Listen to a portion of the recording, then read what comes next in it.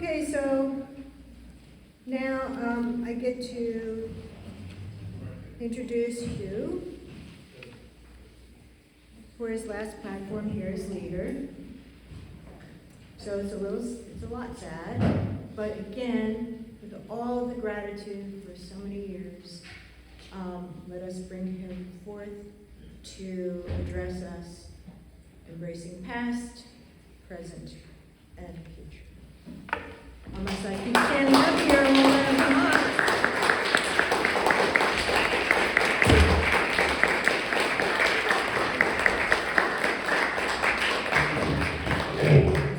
Thank you very much. I will be speaking extra loud because you didn't know I had a dinner on Thursday night with a friend who came down with COVID on Friday. I've tested negative 3 times in the last 12 hours, and I will sing my final song at the end without the mask, but hopefully you can hear me with this. Okay, great. My teacher voice. I have a lot of thoughts in my head, a lot of swirling emotions. Last night was overwhelming, the chorus, and you all made it especially emotional even this morning. So I'm going to speak about the past, present, and the future. I'll mention some of you. I apologize for not being able to mention everybody. If this is your first visit to the Ethical Society, this is not normally what it is on Sunday morning. So I am retiring as of 1:30 this afternoon, so that's why all of this is going on. So what I have to say, I always, want to deliver all that I can at my talks. What I feel like I'm sharing today seems insufficient, both in its wisdom and as an expression of gratitude. It really feels insufficient for me.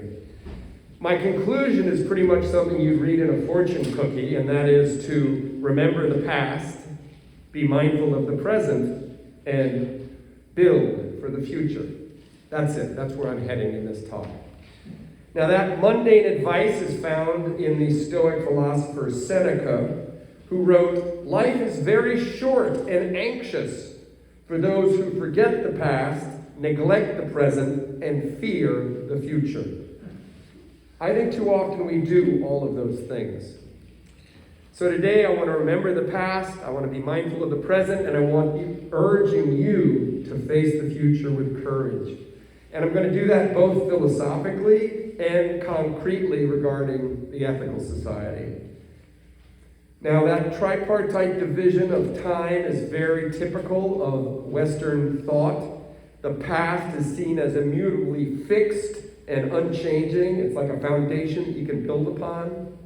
The present is seen as direct and immediate. It's probably the most unproblematic of the 3 categories. And the future is seen as unformed and open. Now I'm going to switch the order. I'm going to talk about the past, which is most of my talk, then the future, and I'll end with the present to bring us back together in this room. So, regarding the past, I attended my 50th high school reunion last month, and it was wonderful.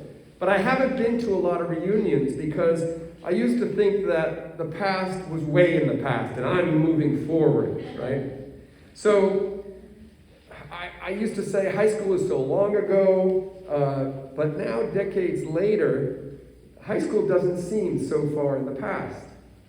Now, arriving at that reunion, I remember the surreal few first minutes where I wasn't sure who these people were. I didn't instantly recognize them. It's as if age had camouflaged them.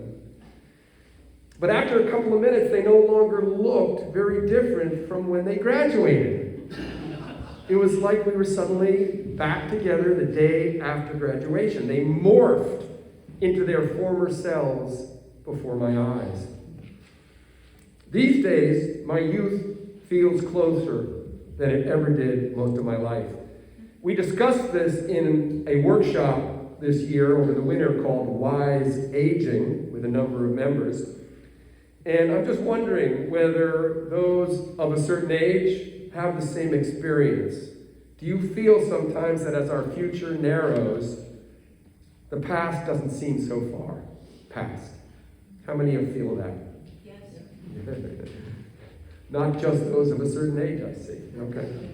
Well, for me, that warping of time began a while ago. My wife Maureen points out how whenever I arrive at my happy place, which is on the north shore of the St. Lawrence River in Quebec, I'll be up there in about 10 days, I visited there all my life. But when I arrive now, I immediately think about having to leave. It's as if, looking at the seaway, this subtle sadness wafts through my heart, and I call this gentle ache premature nostalgia. Premature nostalgia. Now, nostalgia was first used as a medical diagnosis. Back in 1688, Johannes Hofer, a medical student, used it to describe the state of mind of Swiss mercenaries fighting foreign wars. Many of them were pining intensely for their native Switzerland. Doctors actually said that it crippled them, both physically and emotionally, and some believed it could be fatal. Well, my nostalgia, premature and otherwise, is not life-threatening. It makes me feel wistful, but I embrace that poignancy. It ties the past, the present, and the future together, offering me a wholeness. And that wholeness feels good. I recently heard about a concept Kurt Vonnegut put forward called Trafalgar. It was in Slaughterhouse 5. Vonnegut described how the inhabitants of the planet Trafalgar can see the past, the present, and the future simultaneously. So they see their whole lives. Now that may not appeal to everybody. Folks who have suffered deeply may prefer to leave the past behind. Fair enough. Others try to work through that trauma and cast out the demons of the past, or at least limit their impact. And that's why we so often pick and choose what memories we are going to save and share. Sometimes we reconstruct the past, creating a story that serves us. It reminds me of when my mother would tell stories about growing up, and she'd fabricate stuff, and we'd call her on it, and she'd smile and say, "It makes a good story." Well, we need to honor the truth, but we also need good stories. So personally, to do both, to honor the truth and to make meaningful stories, I try to process the darker parts of my time on this planet. Now, they haven't been that dark. I've been pretty privileged. It's helped me weave whatever childhood traumas or loneliness I have into a good life, and I feel incredibly lucky. But that weaving involves accepting the pain of nostalgia. It's more than pining for the good old days. It comes from the Greek term nostos, meaning homecoming or return, and algos, meaning pain or sorrow. So it's that remembering the past and bringing us home and that wistfulness that's involved. It's wrapped up in that feeling of departure when I've just arrived. And that's life. I try to embrace this existential awareness of our brief time together, not with dread, but with gratitude. I feel this gratitude for having come here, and though I'm leaving you after it feels like I just arrived, there are many, many warm and poignant memories. There are so many people who have died during my time here. I want to remember Bob. I want to remember Richard Canary and many other people here. I've been honored to officiate at the memorial services, and at those services I often read the words of Felix Adler, the founder of ethical culture. He said, "Let us arise and take up the work they have left unfinished, and preserve the treasures they have won, and round out the circuit of their being to the fullness of an ampler orbit in our own." Remembering folks makes our lives more whole. Weddings are certainly another life passage, and they're a little bit more fun. And I haven't done a lot. I've done 2 weddings for members here in 10 years, a number of other weddings for non-members, but I will always be thankful to this movement that brought me into the work of a clergy equivalent, because it got me to officiate the wedding of my daughter Maya and Marcy a month ago.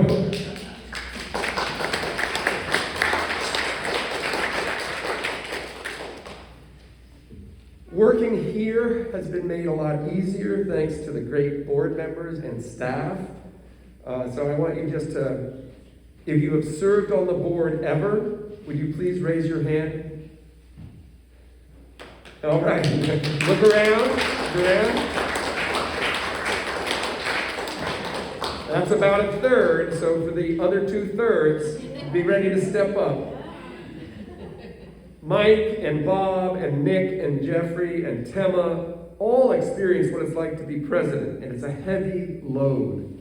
The committee chairs and other volunteers who slog through meeting after meeting with positivity, as Betsy has done with the Education Committee. Betsy is this year's recipient of the Anna Garland Spencer Volunteer Award for the Ethical Society. So, congratulations.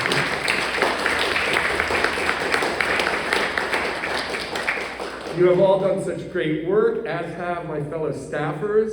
So I want to thank our administrators, Dottie, McBride, Wesley, and then Cheryl, and now Kim. I want to thank people who looked after the building, including Antoine, Greg, and Tracy. Other folks who filled in, Christian and Oliver Jane, and now our new staffer, Julia. Where are you, Julia? Raise your hand. There she is. Give her a hand. Keep building this community. All of you have helped me focus on what I like to say is the hub of our wheel, and that is the talks on Sunday morning, which I love. Very little has challenged me and rewarded me as much as those 200 Sunday talks I have offered you, which are, by the way, on our YouTube channel, so you can watch them over and over again. But the research, the writing, the presentation has fed my intellectual and creative spirit deeply. And it gives me great joy when it's of value to you. The music, of course, in the platform has been an inspiring and soothing element. So back in 2011, when I was formally installed as leader here, the Washington Ethical Society, my home society, came up and filled this room with beautiful music and joy. And since then, our pianist Rollin, as well as Kasha in the past, and recently Kip, has dazzled us. Rollin, you are a gift. Where are you, Rollin? Thank you so much.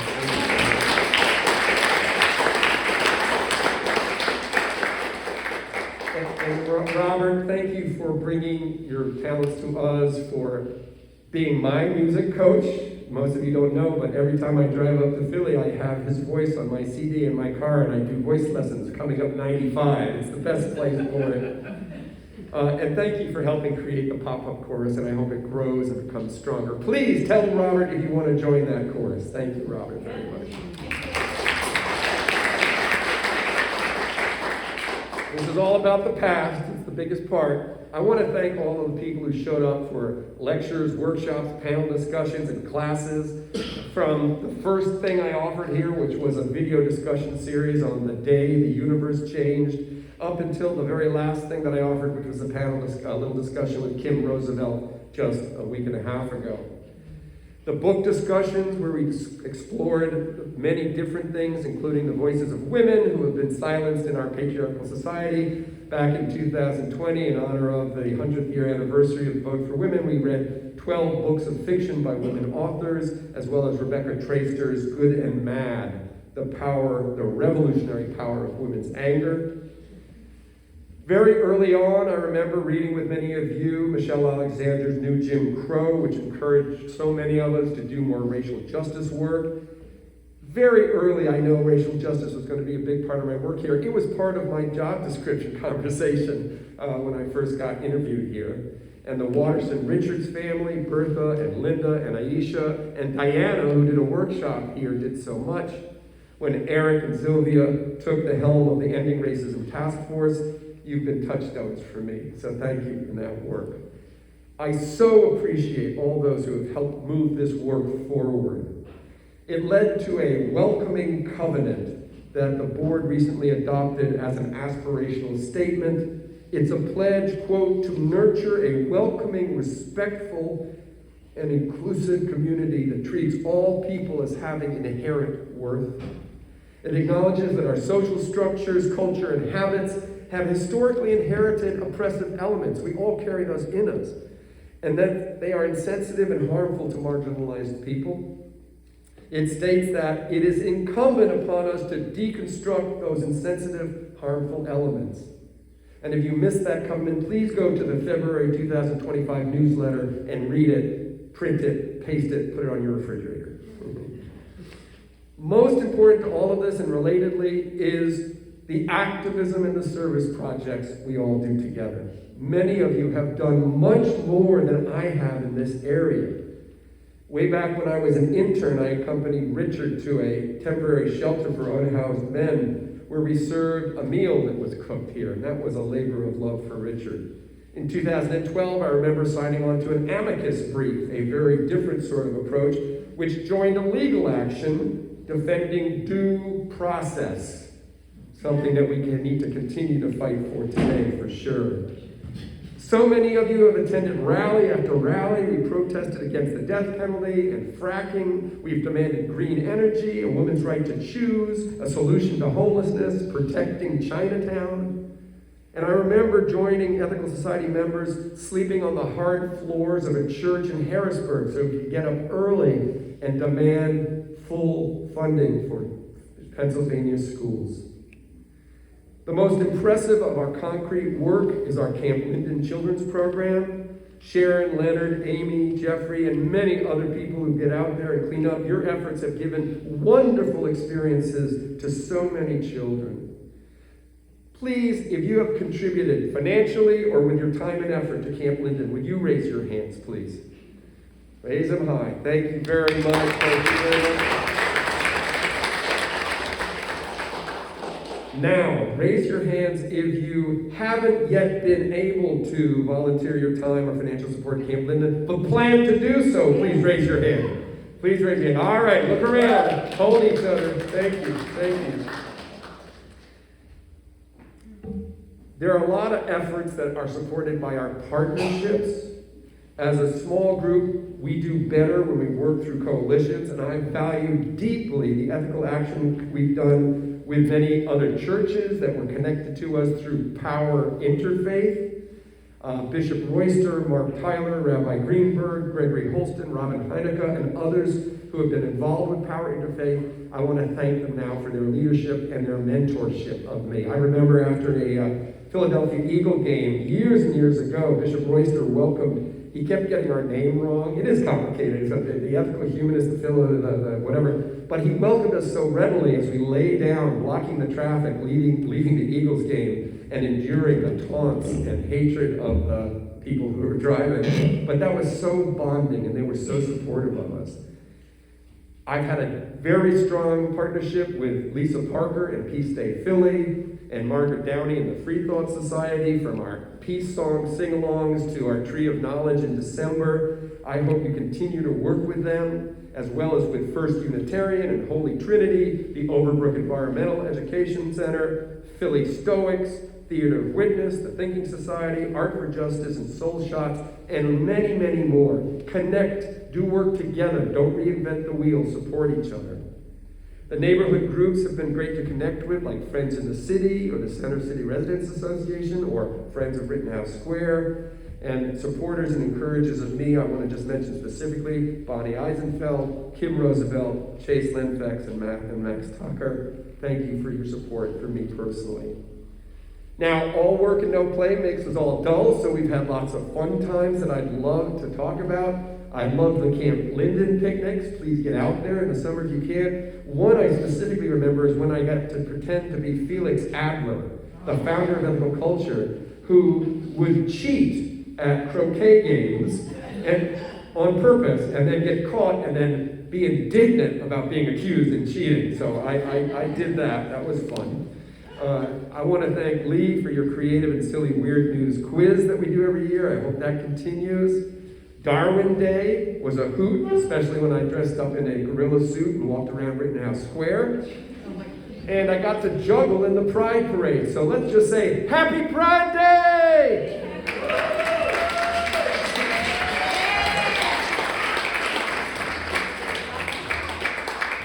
Don't try to drive through the east part of the city today, okay? Our lives have been more colorful as well because of the art that we've had up in the Collier Gallery. So Janet Moore, I want to thank you for kickstarting that. And to many of the early artists like Bob Allen, Bob Buting, Janet Cook, Susan D'Alessio, many, many non-members. Try to fill that room with art as much as you can. But the most important contribution that I feel like I was offered to give here was to be available as a pastoral counselor. Now, the ups and downs of life can be incredibly challenging when times are good. But given the political turn of 2016 and 2024 and the COVID nightmare in between, things have been very tough. I'm glad a lot of you came to me for advice and support, and I hope that my open eyes and heart helped you live more fully as you know that you can, more joyfully and ethically. So let me shift to the future. Where are you going as a society? I'm going to start with an exchange that came to us from Alice in Wonderland. Sinclair Lewis mentioned this. Richard Brown pointed it out to me. Alice and the Cheshire Cat were having a conversation, and one of the things that came out of it was this expression: if you don't know where you're going, any road will take you there. Right? But an ethical society should not be arbitrary. We should not just pick our road. We should pick the road to the future that you members believe will bring out your best as a community and individuals. Uncertainty is okay about that. It's an important part of modern humanism in our diverse world because we don't have a lot of ways to experiment. We only have one life to live, as Soren Kierkegaard, one of the first existentialists, said. He emphasized that we move through time in one direction. We understand events only after we've experienced them. Kierkegaard wrote, "Life can only be understood backwards, but it must be lived forwards." Thus we live our lives, he tells us, with incomplete information and limited understanding. Milan Kundera described this in his 1984 novel, The Unbearable Lightness of Being.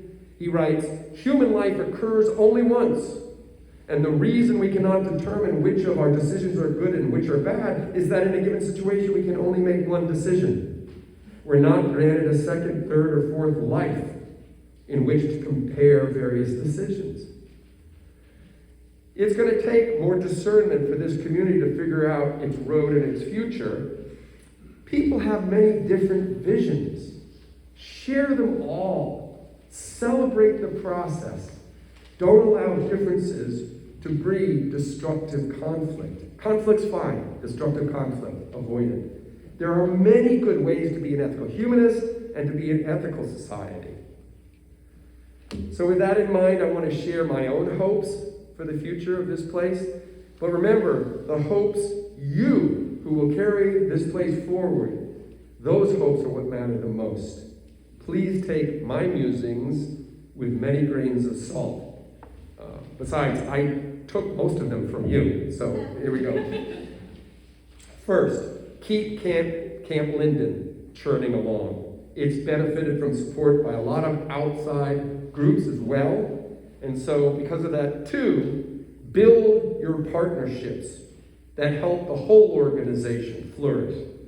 Like developing this place as a local arts hub, which is a project that Sharon and others have started to look into. And connect with the renters more.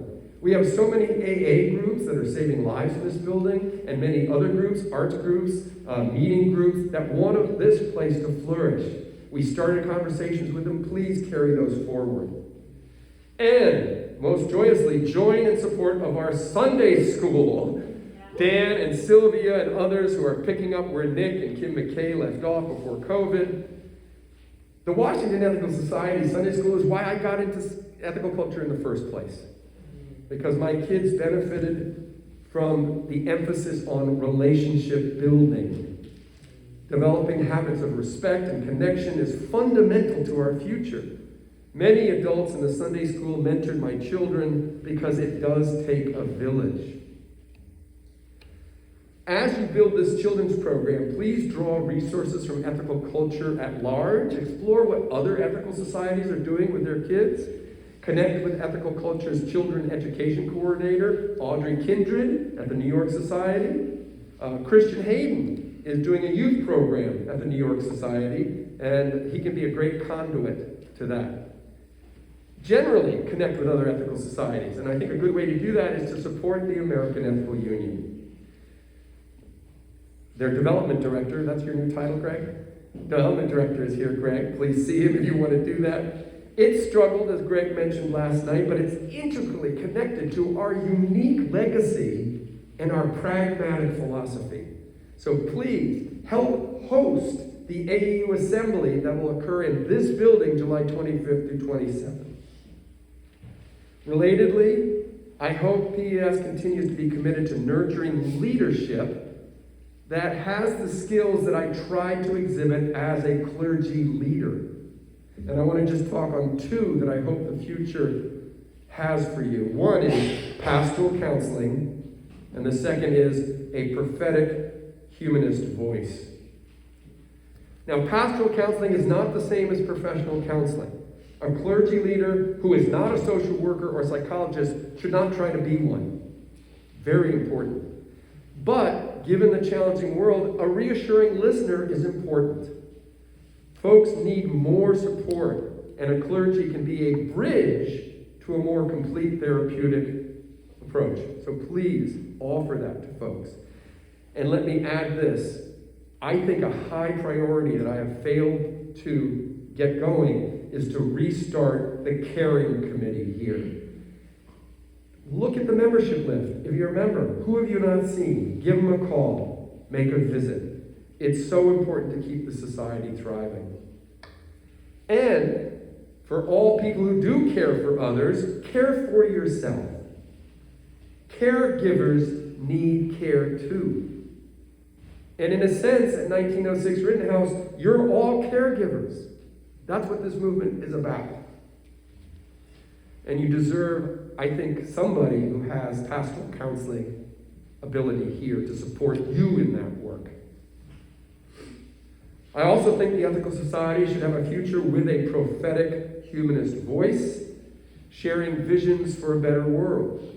It's not easy to ease suffering and confront systems of oppression, and it's tempting to become self-involved and absorbed and cynical.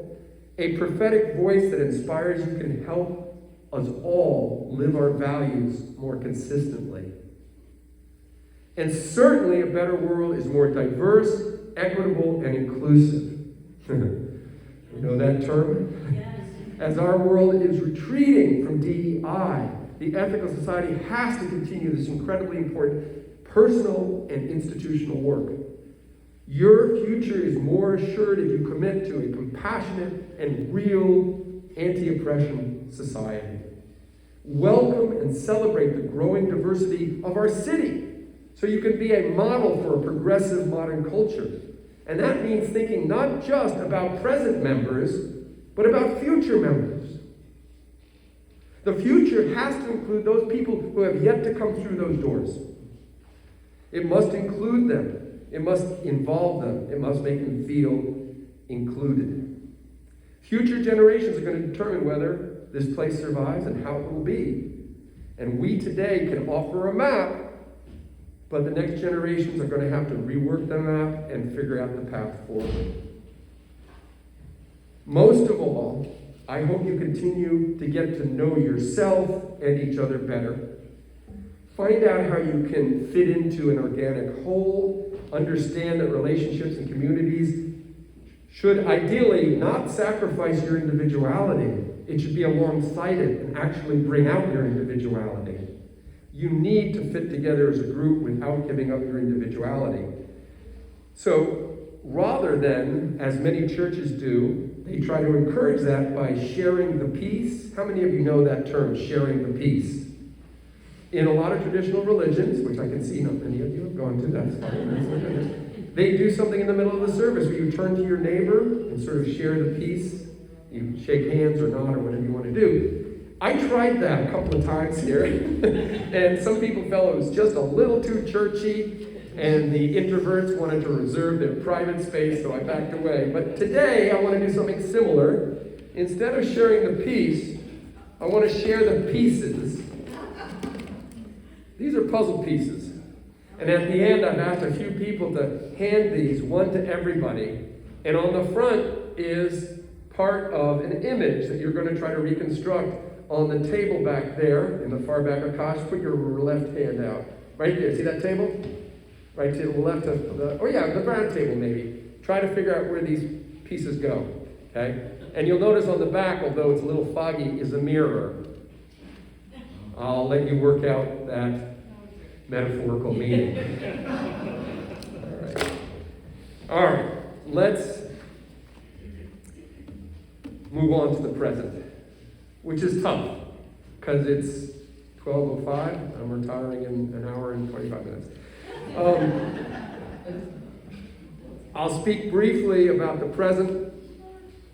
Philosophically, the present is often portrayed as a razor-thin boundary between the past and the future, something that's insubstantial, that disappears as soon as it's here. As I'm getting older, we joke about how stay in the moment. Oops, there it goes. But we know that the present really isn't razor-thin. We know what it is. It's more substantial. William James, the pragmatist philosopher, called it the specious present. And he said it's a short duration of time, of a few seconds from the past, and an anticipation of the future. It's this bundle. Whatever the present is, we often overlook it. I know I do. Blaise Pascal, the 17th century mathematician, wrote something that explains our struggle to stay in the now. I find this phrase, half a millennium old, incredibly contemporary. He writes, "We never keep to the present.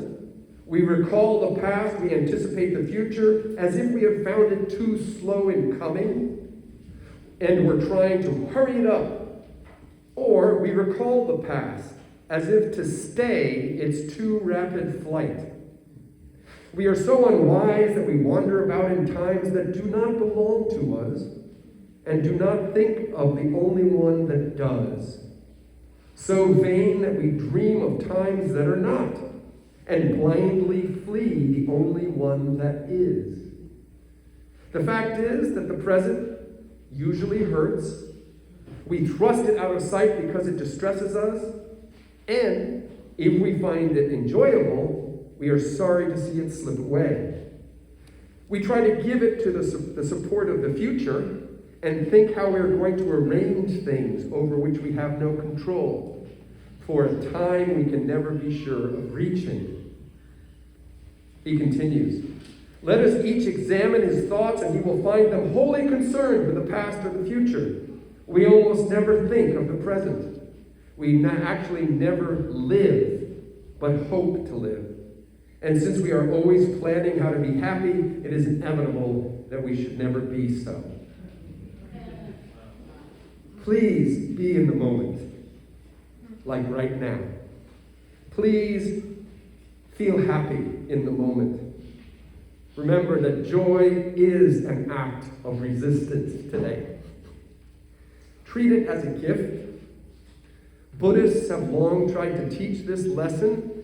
They say you can access the present through mindfulness. They teach that the present is far from insubstantial. It in fact is the only thing that exists, because the past and the future are just concepts in the present describing our experience. The past is no longer, the future is yet to be. So I try to embrace the concept of presentism, especially as a tool for meditating or doing yoga or taking a hike through the woods. I've tried to encourage mindfulness at the Ethical Society, and if you'll indulge me one last time, I invite you just to pause your thoughts, sit up straight but relaxed, take a deep breath, Keep breathing. Draw the air deep in and out.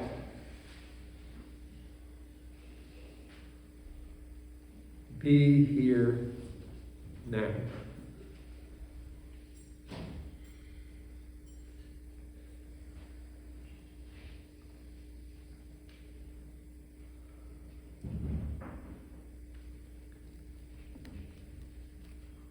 And as you continue to breathe, I invite you to imagine someone, either here or elsewhere in your life, who has supported you with a favor, a conversation, or a smile. Let gratitude for that person flicker in your heart and keep breathing.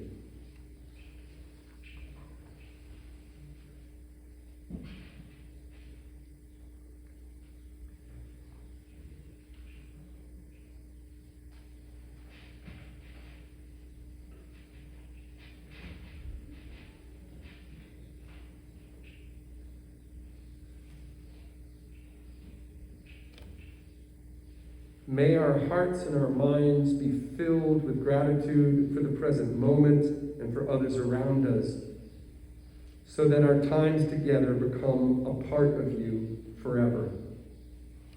May it give you a sense of eternity. Thank you. I'm going to end with some words from Emily Dickinson's poem titled "Forever is Composed of Nows." Forever is composed of nows. 'Tis not a different time except for infiniteness and latitude of home. From this experience here, remove the dates to these. Let months dissolve in further months, and years exhale in years. Thank you for our shared past and this present moment. Please carry these memories into the future, and remember, bring these puzzle pieces back to the table there and see if you can figure out what the hell I'm talking about it. If you do, I will remember this all even more fondly than I do. Thank you, thank you, thank you.